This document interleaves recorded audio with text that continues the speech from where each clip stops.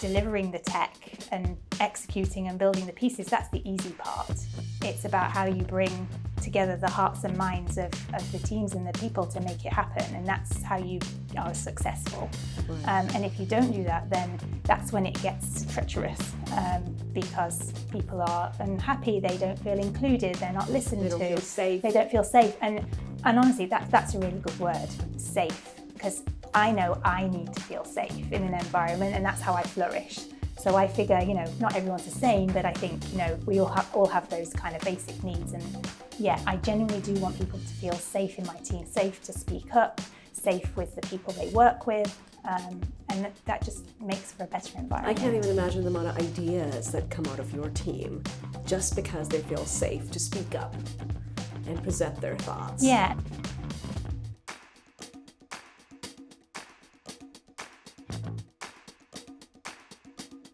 Hello and welcome. Thank you for joining us today for another exciting episode of our podcast, Navigating Technology with Zeal. Every episode, we take the effort of introducing you to an exemplary leader in the technology space. We talk to them about their life's journey, their lessons, so we can all collectively gain from their wisdom and experience and be better together as a technology community. Today, with us in the studios, we have another such exemplary leader, a female powerhouse who has crossed continents to be here in the United States to work in a very male-driven industry and field. Surprisingly, not with a strong tech background either, so extra credit for that. But I'm so honored and privileged to have with us in the studio today, Joanne Chadwick, Executive Director, Digital Sales and Service for First Citizens Bank. Joanne, thank you so much for being here today. Thank you, Rashmi. Pleasure to be here. So I'm going to just refer to you as Jo, if that's Thank you. okay. Yes. Perfect. So tell us a little bit about your journey, crossing of the continents. How did you get introduced to the field of technology? So I didn't start out in tech, and I think it's probably best to get it straight out there. I did a degree in art history. You said art? Did I hear yes, that right? Yes. Oh, wow. Okay. Yes, and previous to that, I was at art school. So technology was not my planned career path at all. But I left college, needed a job, and fell into financial services. Started out as a contact center agent. And then I was given the opportunity to join the graduate management training scheme at the bank. And that's when I moved into technology. After a short stint in operations, moved into technology, actually tied to the fact that I met a boy, needed to move location. So in technology, I was a project assistant. That was my very first role in tech. And honestly, I think that set the foundation for my entire career, because my first project was to coordinate gathering technical architecture documents for the entire tech organization. So I got to learn about the stacks, meet the people, understand all the pieces that integrated together. And I really think that's what set me up for success. So before you blinked, you were the subject matter expert, Exactly, the person that everybody went to. Yeah. What do you think was it about you that you found in yourself that propelled you to keep moving forward? Because there's something about being presented with an opportunity like the management program, and there's something else about actually jumping on it, right? So what do you think made you do that? I think it's about just embracing your opportunities. And that example, learning about technical architecture, it was like, I really want to understand this. I don't want to understand what's just straight in front of me, but around the edges, around the corners. And I think, even today, in the role I do today and how I coach my teams, it's about not just looking in front of your nose, it's understanding the whole picture, the whole ecosystem, how things kind of domino effect. And I think once you get kind of that straight, then everything falls into place. And I think if you talk about your art degree and how that helped you, because you're coming into a world where we all know technologists are very black and white, zeros and ones, right? How did your art degree help you or not help you in this new world that you found yourself in? I would say the one thing, and my mum will laugh at this when she hears it, the one thing I took away from college was the power of both and. And I learned that with respect to art. High art, popular culture, is popular culture really art? And I learned about the power of and, because it's not either or, it's both and. And I think that goes through life, through everything. I think we're done with this podcast. With that final statement, the power of and. Expand upon that a little bit. So it's not, as I said, it's not either or, it's not one or the other. It's about pulling together all the perspectives, all the different pieces and parts. And it's not about maybe even finding the right answer, it's about finding the best answer. Because often both perspectives can be right, but maybe it's not the best answer for an organisation at that point in time. Makes sense. When were you presented with your first leadership opportunity to lead a team? Yeah, that was back in the UK, and I was given the opportunity to lead a team looking after branch applications and software, so teller application, the different systems used by the sales teams in the branches. So that was my first opportunity, and totally terrifying, having to take care of people. But I think that because I care about people, I care about what they're doing, how they're feeling, how they interact together. I think, with the right training and coaching, that's, set me up for success. Absolutely. So terrifying first leadership experience. How did you evolve and grow as a leader? And then what brought you here into the US? Yeah, so I always, saw people being given opportunities, internationally. And I said to my boss at the time, if anything ever comes up, I really, please can you bear me in mind? And an opportunity did come up. The bank I was working for at the time had acquired another bank in the US. So there was the opportunity. And I think she said quite flippantly, do you want to go? And I was like, yeah, absolutely. And I went home that night and said to my husband, Simon, pack your case, we're going to America. And I'd never been to America. Right? Yeah, so off we went. But from a leadership perspective and how was I kind of growing as a leader, I would say something that clicked with me was around the being kind doesn't necessarily mean being nice. I think throughout my whole career, I've been criticised that you're too nice. You need to get an edge. You need to be, more firm, more hard. And I wrangled with that for quite a lot of time, to the point where once I was with my manager at the time and we were in a business review meeting, and as it ended, one of the business partners had said, we're doing some empathy training after this. You're welcome to stay. And I was like, yeah, that sounds I'd like. And my boss was like, you don't need any more empathy training. Get back to work. But what I realise now is it's not about being nice. It's Right. about being kind. And you can take care of people. You can care about people. And that doesn't necessarily mean you're being nice. I think actually being kind and caring for someone means that you can be giving them feedback that maybe is uncomfortable. They don't want to hear. It can be uncomfortable for me, but I know that I'm doing this because I care about them. I care about them showing up as the best version of themselves. How's that paid off for you? I think that I've seen where I do put myself in uncomfortable situations where it's excruciating for me to give hard feedback. Right. But when you are honest and you give that feedback and in a way that they understand, it kind of totally just changes the dynamic of the table, right? Yes, Yes, it does. Yeah. In terms of building trust and integrity, all of those things. That's fabulous. Now, when you are looking at the technology field, there's not a lot of room for kindness, empathy, when it comes to core tech roles, or at least that's what the opinion and the traditional opinion is. How have you infused that in your role? And I definitely have, and that is my goal always. I think that actually delivering the tech and executing and building the pieces, that's the easy part. It's about how you bring together the hearts and minds of the teams and the people to make it happen, and that's how you are successful. Right. And if you don't do that, then that's when it gets treacherous, because people are unhappy, they don't feel included, they're not listened to. They don't feel safe. They don't feel safe. And honestly, that's a really good word, safe, because I know I need to feel safe in an environment, and that's how I flourish. So I figure, not everyone's the same, but I think, we all have those kind of basic needs, and yeah, I genuinely do want people to feel safe in my team, safe to speak up, safe with the people they work with. And that just makes for a better environment. I can't even imagine the amount of ideas that come out of your team just because they feel safe to speak up and present their thoughts. Yeah, and I'm very new in the role I'm in right now at First Citizens, so I'm still building that. But the team I left behind, that was my absolute ambition, was to build a team where they want to be together, they lean on each other. On the days somebody can only give 80%, someone else will give 120 because we're a team. And it took me a year to be able to get that working.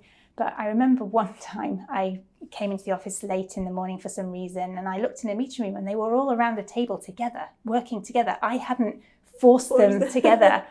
And that was like, oh my God, I've done it. I've done it. And they genuinely did enjoy working together, and they would, move mountains together. And when I left, one of them said, that was a moment in time. We had built that, and they were like, we're not going to get that again. And I don't think that's true. I think that they can build that again, and I can build that again. But that's what you should aspire for. And I feel like that's the trait of a true leader, right? You equip them to have that and build that for themselves going forward. I'm sure they miss you, and I'm sure you get those calls because I've been there myself. And then the leader in you says, but you're in such a great place. Yes. Stay there. Keep doing the great job you're doing, and you're going to be just fine. I think that's a really hard lesson as a leader, is that you need to be able to build that team so you can step away and they don't need you. Yeah. I think that's the biggest sign of a good leader. Yeah, but hard to get there because everybody has that own feeling of self-worth that they need to feel like they're important, right? Yes, being needed makes you value. Feel important. Yeah, but you're adding the value if you can step away. Right. Yeah. So true. Now you are the role model in a way because late career transition, you're in a new role that you just accepted. What motivated you or propelled you to make that change and look for, because you were doing fabulously well where you were at and it seems like you were very happy. So then what was the motivation behind the change? It was that I turned 50 and I felt I'm at a crossroads here. I can stay where I am, but then I will be there for my entire career. I probably would stay there forever. And I made that leap internationally to come to a new country. And there is this huge United States of America, and there's so much out there. And I did want to experience another organization, see what the culture was like in a different place, and be part of another team delivering, great stuff, great tech for our customers. So it was just about, I'm at a crossroads. I think I'm going to take a different path now. It was just right for me, right for my family.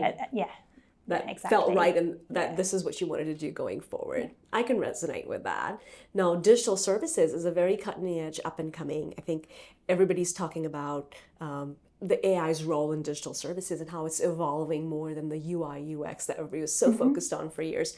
Can you share some of the exciting work, nothing proprietary, but just in general in the finance industry that's going towards, that could impact us as consumers? Yeah, I think there's a few things. Obviously, AI is going to be able to help our team members work more efficiently, work better in terms of the development lifecycle, that kind of thing. It's going to help our customers be able to self-serve, be more efficient. But it's not going to kind of take away our jobs. I don't see it like that at all. Right. I see it as enabling us to be able to spend time doing different things. And I think what's most important is there's still going to be humans. We still need human connection. And I think it's about how can we blend that together with the AI so that we can become, more unstoppable. That's my perspective. But, in terms of things that we're working on, it is around how can we use it so that we can write better requirements, translate those into test cases, be able to, enable to get more software out there faster, so that, we can delight our customers. Absolutely. Now, any advice for people that are looking at technology and or finance as a place to land out of college or as a start of their career? What would you suggest is a good launch pad for young kids? I think it's just get in there. It doesn't matter what job you take as your first job, you make of it what you want. And it's make a start, do something, make a start. And I think it's about just do it. Right. I think, you'll read about how you're supposed to show up and how you're supposed to do this and how you grow your career, but it's like you've got to do the book. Right. So make a start. Be willing to try, because that's what grows confidence. It's just about being willing to put yourself out there, look silly, get the feedback, and that's how you grow. 1% becomes 3%, becomes 10%, you get the traction and you're growing, but always be open to learning and listening and just inhaling the knowledge, so that you're just gathering all the perspectives, so that you can just show up and I don't know, then you just have that passion and that, right. And yeah. So true. I think that's the common theme with all the leaders we've interviewed and asked for advice for, young kids and mentorship and things like that, is show up, raise your hand. Don't back off from something that you can try and do. So it's such a consistent theme. I think it takes a seasoned professional to have gone there and done that, to then impart that advice to kids and say, show up, do your part. Yeah, and that's so critical. Put your hand up. Put your hand up. Yes. Yeah. And that's the passion for it that takes you further. Absolutely. Every single time. Yeah. I mean, look at you, from call center to now heading digital services as an executive director at a massive financial institution. That in itself is such a journey of inspiration right there. But always also relevant. I have sat in a contact center and taken those calls and listened to the customer. I know what the customer is feeling like. And I try and remind my teams of that. I think sometimes it's very easy to be in tech and you don't translate what you're doing on a daily basis right. to the customer that's holding the cell phone, using the mobile app. It's easy to just kind of not correlate the two things together. So I think it's important that you do experience a role where you're customer facing. Right. It's the convergence of what your audience, your customers want. Yes. With the technology you're delivering. Yeah. You can't exactly. Work in a bubble. Yeah. Would you want your mother to be using this app and going through this flow? Right. Yeah. Or would you want to tout that we have the best AI-enabled app out there that nobody really can figure out? Exactly. I think the common sense approach to technology, and that really comes from having experienced hands-on on the customer side of things. So even if you're starting in an entry-level position, don't take that lightly. And like you said, inhale. I love that word. Inhale all the knowledge and learning. And I think that's lifelong. That is so lifelong for us. From a community standpoint, what are your personal passions for causes that you like to advance and work with? Yeah, so I'm a non-executive board member at a company called 4G Capital that is based in Kenya and Uganda, and they do microloans for small businesses. And I just by chance met them and was given the opportunity to be part of that team, giving them that kind of tech perspective in terms of how they're growing from a fintech in the fintech world. And I just feel like they have such a good purpose in terms of growing small businesses, enabling folks in Kenya and Uganda, financial literacy, and it's just so nice to be part of that and to be able to use the knowledge that I've gained over the last 20 years, for good. Right. So, I don't think people realize the power of those microloans for cottage industries and third world developing. It's incredible. It is. It's got such a compounding effect. Yeah. It's not even fathomable. So what an amazing cause to be dedicated to. From a personal standpoint, what do you like to do in your free time? What does your self-care ritual look like? Because I think pretty much every executive that's got the 20,000 miles an hour lifestyle like we have, it's hard to step away and find time for ourselves. Yeah, I am a bit of a CrossFit addict. So I do get up in the morning and do that. And I started to do that because I wanted to do something that made me feel strong so I could kind of show up against all of these guys in the workplace. But I really kind of got addicted to it. And I think there's a lot of leadership things you can take from the CrossFit world and use in the, in the real business world as well. So love that, definitely do that. I also, my creative side, going back to the art college days, I love planning events and like boutique parties where I will create a theme and do all the things. So very recently I did a summer party in my backyard, a festival party, and I created, the whole thing. So I love doing that. I love making things. That's your art side Yes. that gets the satisfaction of having done that. Actually, I think we have a lot more in common than I first realized, because I'm always up for throwing a good party, but I think the planning and the organizing of it, I almost enjoy that more. I think once the party starts, I love my people, but I'm ready for it to be over in a way, because I'm so focused on everybody else having a good time. I know how you feel. But the planning and the momentum up to the event is. Are you also a vacation planner along the same lines? No, not at all. No, okay. Terrible at planning vacations.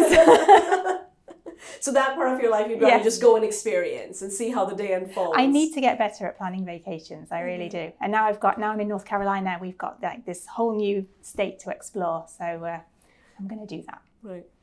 Now, going back to fintech, what are some core technological advancements that have really helped the industry over the last few years? Because I know that not just from a technology, and we talk a lot about the customer experience, but if you look at the regulation and the back end and the systems that it takes to always expect when you take a photo of that check that it shows up in your account. There's a lot that goes into that uptime and that SLA that goes into it. So can we get a little more insight into the back end working of that world? Yeah, there's a lot behind the scenes.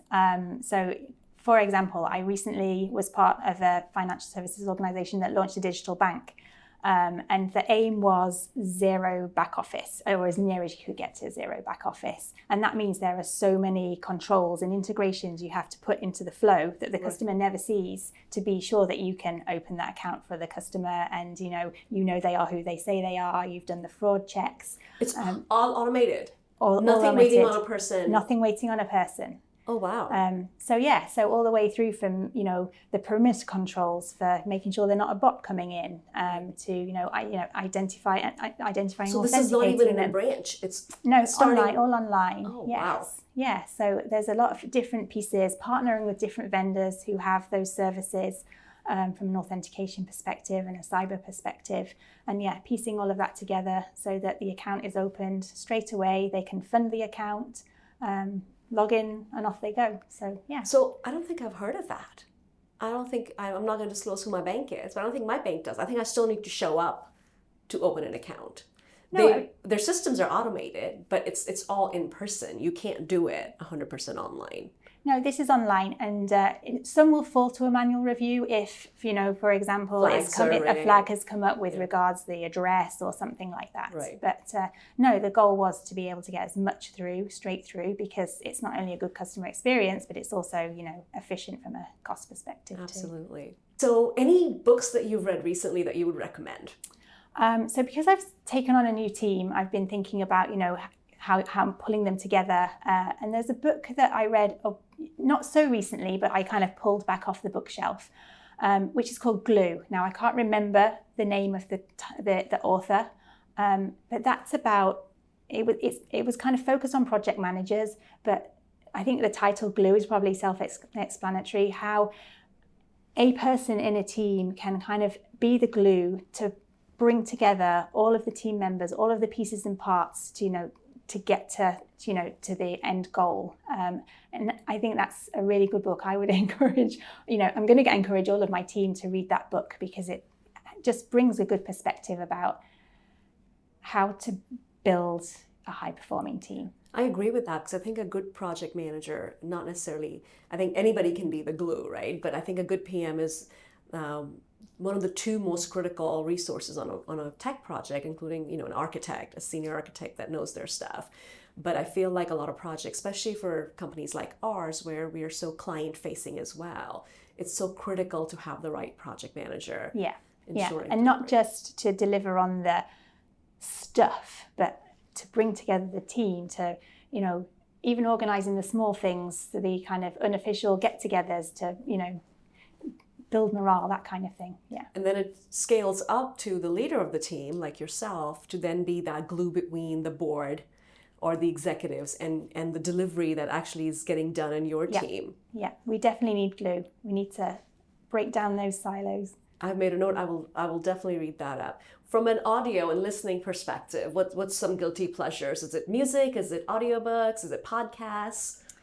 I mean, all of those things. Yeah. I do love music, and we're hopefully going to see the British band Oasis in New York. Oh my goodness. Labor Day weekend. No, I like going to see bands. I do love reading, and I love, listening to podcasts. So all of those things. And it's like, how do you fit all of those things into your day? But I think, being intentional with your time, you can fit everything in. Absolutely. So you're driven, you've been an executive, you've worked your way up and hard worked your way up. So what's next for Jo?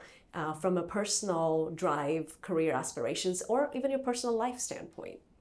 Yeah, I mean, I've started a new role, so I have a long journey in front of me in terms of building trust with my team and within the organisation as a whole. We've got a lot of transformational work to do, so that's going to keep me busy for the next 18 months, 2 years at the very least. And I haven't really thought too much further ahead than that.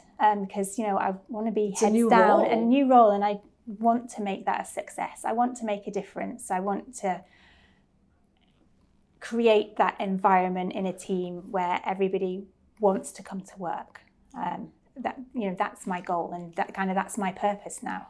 And I think if you shift careers later in life for the reasons that you did, right, then you're almost on a personal mission. And an agenda that's bigger than titles or salaries. Yes. It's not about me. It's not about me. It's about how can I do that for others. Yeah. So Jo, looking at your very illustrious career, I'm sure we've all been through time in the trenches, emergencies. What time can you share with us that your team really pulled it together and pulled through for you? Can you think of an example? Yeah, and I think often we do pull together the best in time of crisis, which is a shame we can't behave like that every single day, because I think about how amazing you could be. I would say the best example was the CrowdStrike Day incident. So we all kind of got a call in the middle of the night, 2 a.m, that something had happened and, servers were down. We identified that all of the desktops were blue screened, unavailable. So huge scramble. So these are tellers. Yeah. Everybody. Oh my. Tech, operations, the branches. They were so hyper-focused on the airlines industry. Yeah, it was the whole organization was kind of grounded. So we were able to get servers back up and running to make sure the payments batches ran for that morning, that kind of thing. But then it was about, okay, how do we re-enable all of our branches, our contact centers? And to get everybody back online, you had to obtain a 50-character key and type it into each laptop, desktop, whatever, to get them back up and running, which, is a lot to be able to communicate that to somebody else over the phone, have branches? Them type it in, 500 branches, probably with 10 desktops each branch. Talking about corporate office workers? Or, no. So it was how are we going to figure this out? So we gathered together details of, okay, where are all of these different desktops, what locations, who's there, and then we mapped our tech organization, so our team members in tech, to the different branches across New England, and we basically kind of pushed them out there to go and assist, dispatched, and it was absolute chaos. But we were able to kind of get into a rhythm with a war room Teams channel where we were able to kind of hand out the keys that were needed, supporting the branch team members, and in the end it was the most amazing day in terms of the tech teams being in the branches, understanding how that was with customers in front of them, and the branch team members kind of leaning on technology and getting to know each other. And we were able to bring back, not everything in the same day, but every single branch was operational by, towards the end of the day, which was an incredible, achievement. Definitely. But also just bringing the whole organization together for one goal. It was amazing. Yeah. It was amazing. I bet there was a champagne toast at the end of that day. But I do remember one of our team members in tech posted on LinkedIn a photo of him in a branch with the blue screen, and he had written a post about how proud he was to be part of that. And it was that's it. That is That's it. That's so it. powerful. Everybody wants to be part of something, and do their part and feel needed and contributing to the greater cause. And that day, whilst awful for the world, there was a silver lining there, that what you can achieve when you pull together as a team. There are companies where people would have called in sick on that day just because they didn't want to mess. But then here's leadership team on your side that they actually showed up and were proud to be a part of the solution. Exactly. Yeah. That's commendable. Well, we're trying to do something where we don't want to treat our podcast as a one-off guest. We talk to you today and then the episode exists. We want to circle back in a few months and see how you're doing and learn more about how is your journey treating you. So I hope you're open to that and coming and seeing us. But we are so honored for you to be here today, share your incredibly precious time with us, and just kind of reinforce the belief that when you're working and you have the right intention, the right drive, and you're leading with your heart and kindness and empathy, that there's no way you can go wrong. And those are the type of leaders that teams show up for. Those are the type of leaders that people are like, yeah, I worked a 24, 28, 30-hour shift, not because there's fear or a paycheck involved. It's because they don't want to let their leader down. Yeah, or their team. Or their team. Yes. Absolutely. Thank you for being that type of a leader. And we're so excited to be on this journey with you now and stay in touch and see how it goes. Thank you for having me. Absolutely.